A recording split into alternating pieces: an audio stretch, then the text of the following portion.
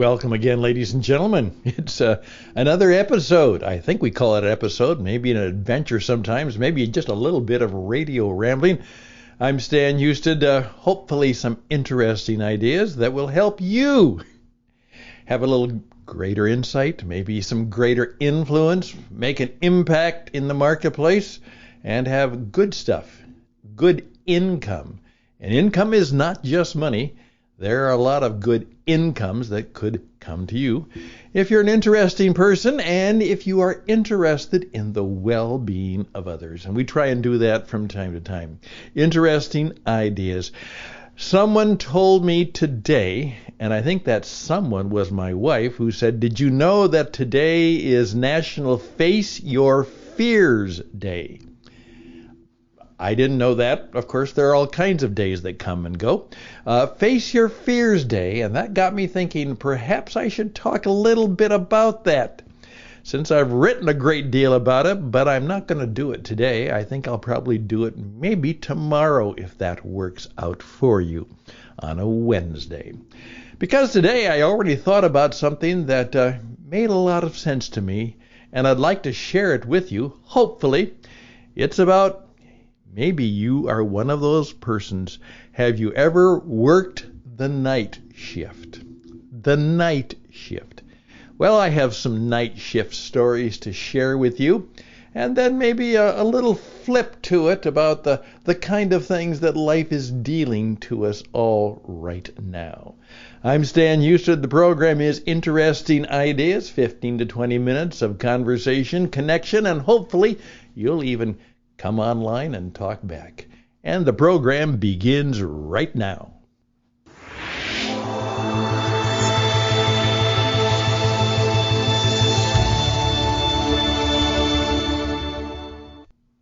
And thank you for deciding to stay around.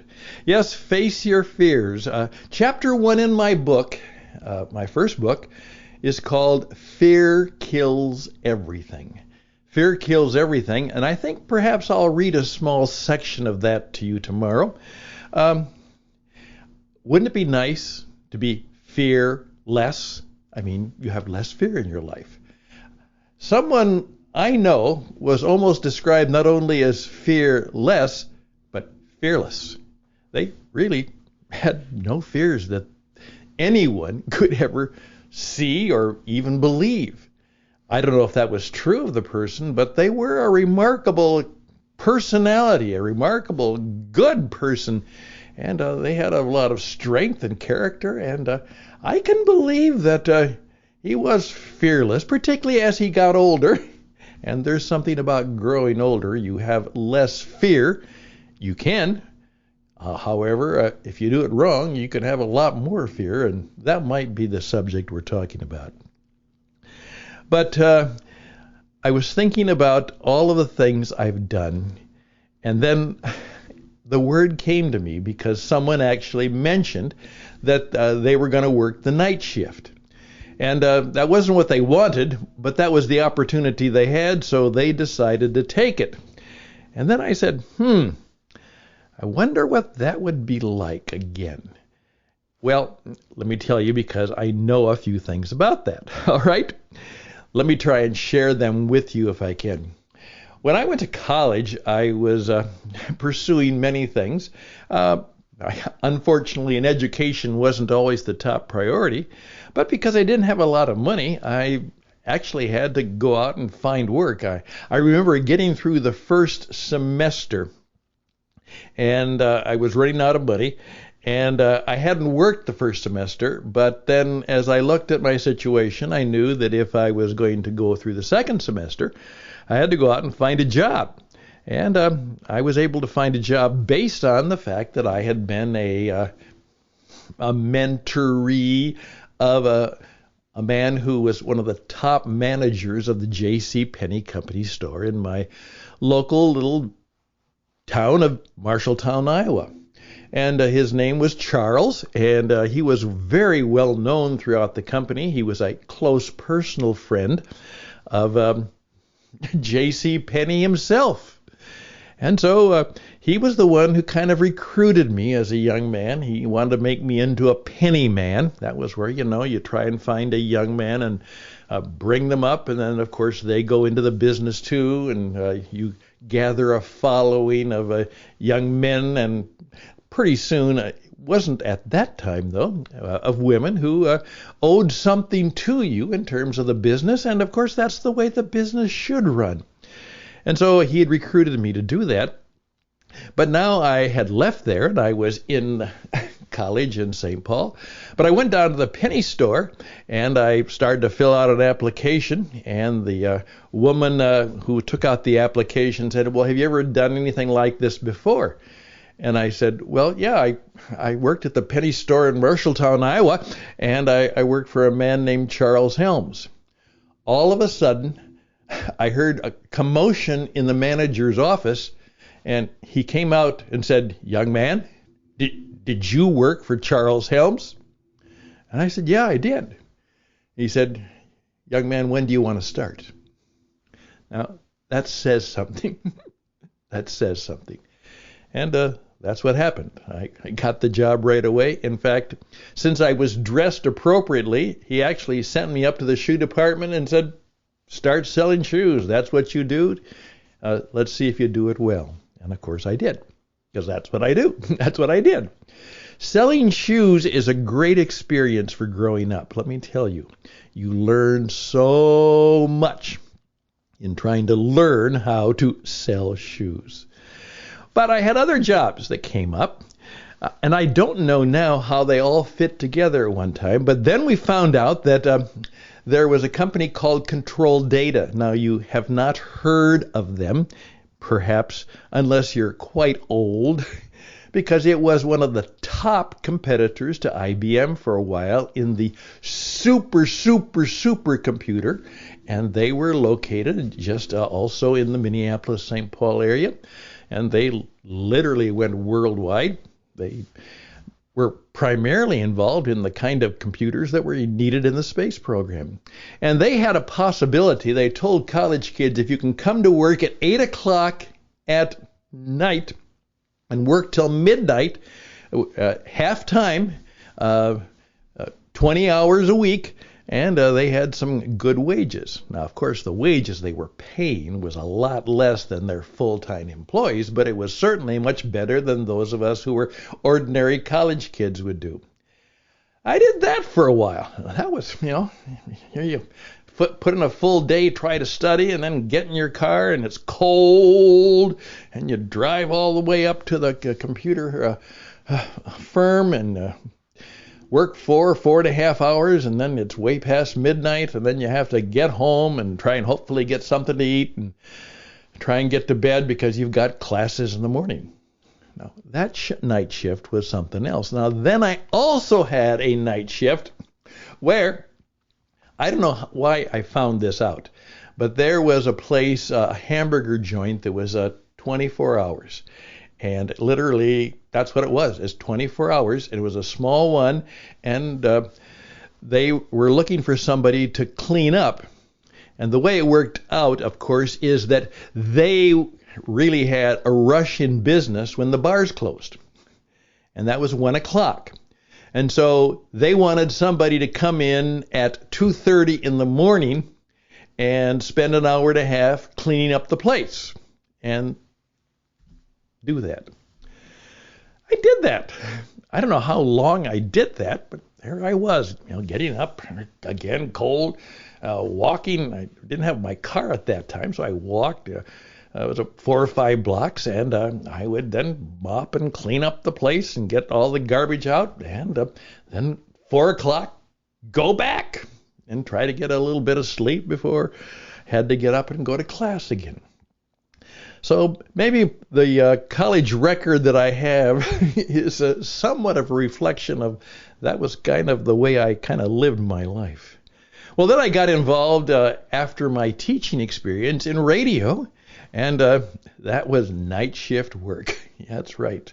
I don't think for the most part I really ever worked the regular day shift that often. Now, I did it as a part of my other job as a program director, but when I was on the air, it had to be really early in the morning, get up in the morning, and then oftentimes I had the night shift.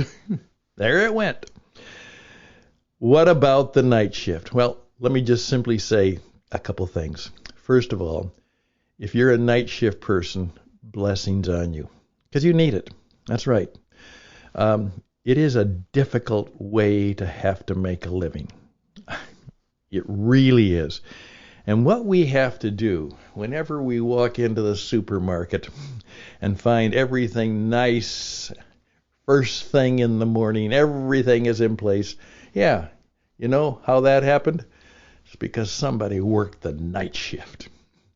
There is so much that happens that those of us who do the day work never appreciate, because things are a lot nicer, they are cleaned up, they are ready to go for the work day, because people do the night shift.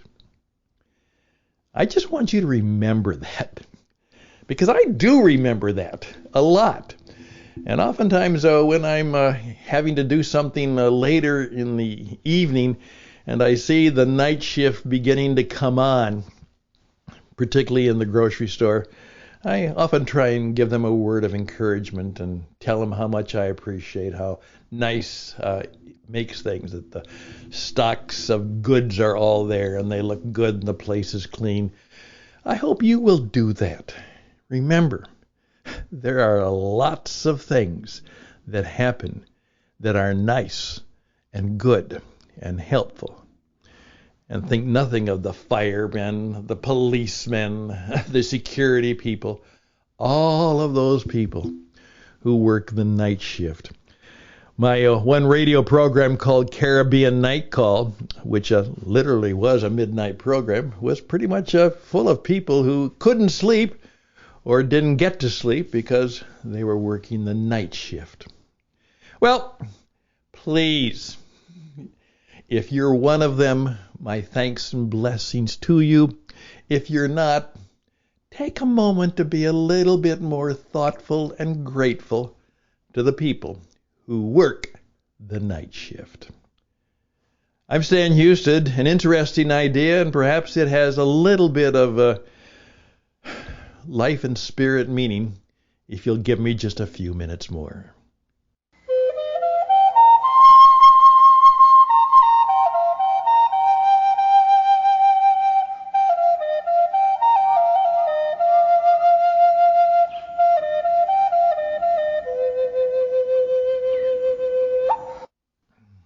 He's a dear friend of mine, been a friend for many years, and he is going through a bad time right now.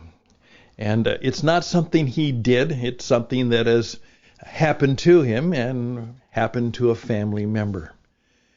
And he was talking to me, and he just simply said, Stan, things are just really dark right now.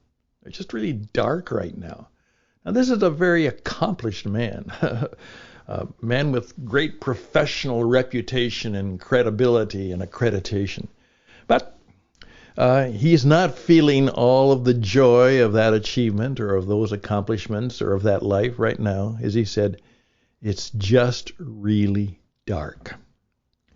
And for some reason, that struck me as, you know what? All of a sudden, it's kind of like he's on the night shift now. And then I realized that there are a number of people in my life, and of course I've gone through it before. You know, one of the writers of ancient scripture talked about the dark night of the soul. And most of those men and women who have made a great accomplishment, both in spiritual and professional things, will tell you that there are times when it is just really dark. When they believe in God, but now they're not sure.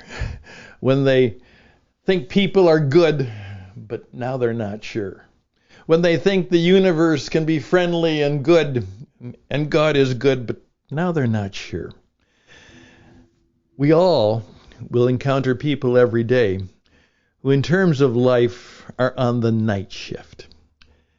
I just would ask you to try and keep your mind and your awareness so that you might be able to have a little better sense, even in the midst of the daytime, of the people who are living right now on the night shift. And if that sense comes to you, or in the case of my friend, they just come right out and tell you, be prepared to be a little bit of light as best you can. Be a little bit of light as best you can. Right now, the world is in dark times.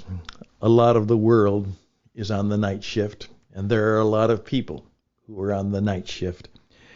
And it's our responsibility as men and women who care, those who think that spirit force things are important, that we are doing all we can to help those ladies and gentlemen, those boys and girls, sometimes those lost souls who don't have that prosperity of the soul right now, who are on the night shift. I'm Stan Houston. Just a thought on Tuesday. Interesting ideas. We'll be back.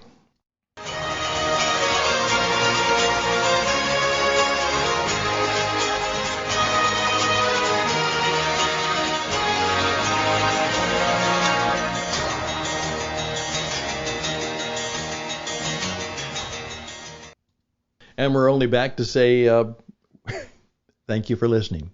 I hope you can use some of these words. Hey, I might be able to help you. I know in a number of ways I can at least ask some good questions, perhaps share a few night shift thoughts myself, and perhaps in some way guide you to people who can be a lot smarter and more helpful than me. Our business is helping people build a better life and helping them build a better business. We do this through the podcasting business, through the Jesus Entrepreneur Experience, and through a number of ventures and adventures that we are in. But you can reach me at stanhouston@gmail.com, stanhouston@gmail.com. Please be in touch with me. We could use your help and your recommendations and your referrals. And if you want to help out with the work we do have a way for you to get what I call a tax-deductible tip, a donation to the work we do, particularly for the Christian Entrepreneur Network and the Jesus Entrepreneur Experience. All the best and blessings. Check me out at witradio.net if you want some radio podcast help, witradio.net. If you just want to find out more about me, you can just Google Stan Houston or Bing Stan Houston, your favorite search engine. I'm probably the only one in the world, and a lot of stuff will come up, and a lot of it's just stuff. It'll be something that might be helpful and useful to you, and maybe give you a little bit more courage or reason to reach out to me. Again, stanhouston@gmail.com, or just Stan Houston on your search. Always close with a benediction all the time, and blessings on you. And if you're particularly going to be on the night shift, again, be careful. Be brave, and know that somebody appreciates you. Take care. Bye for now.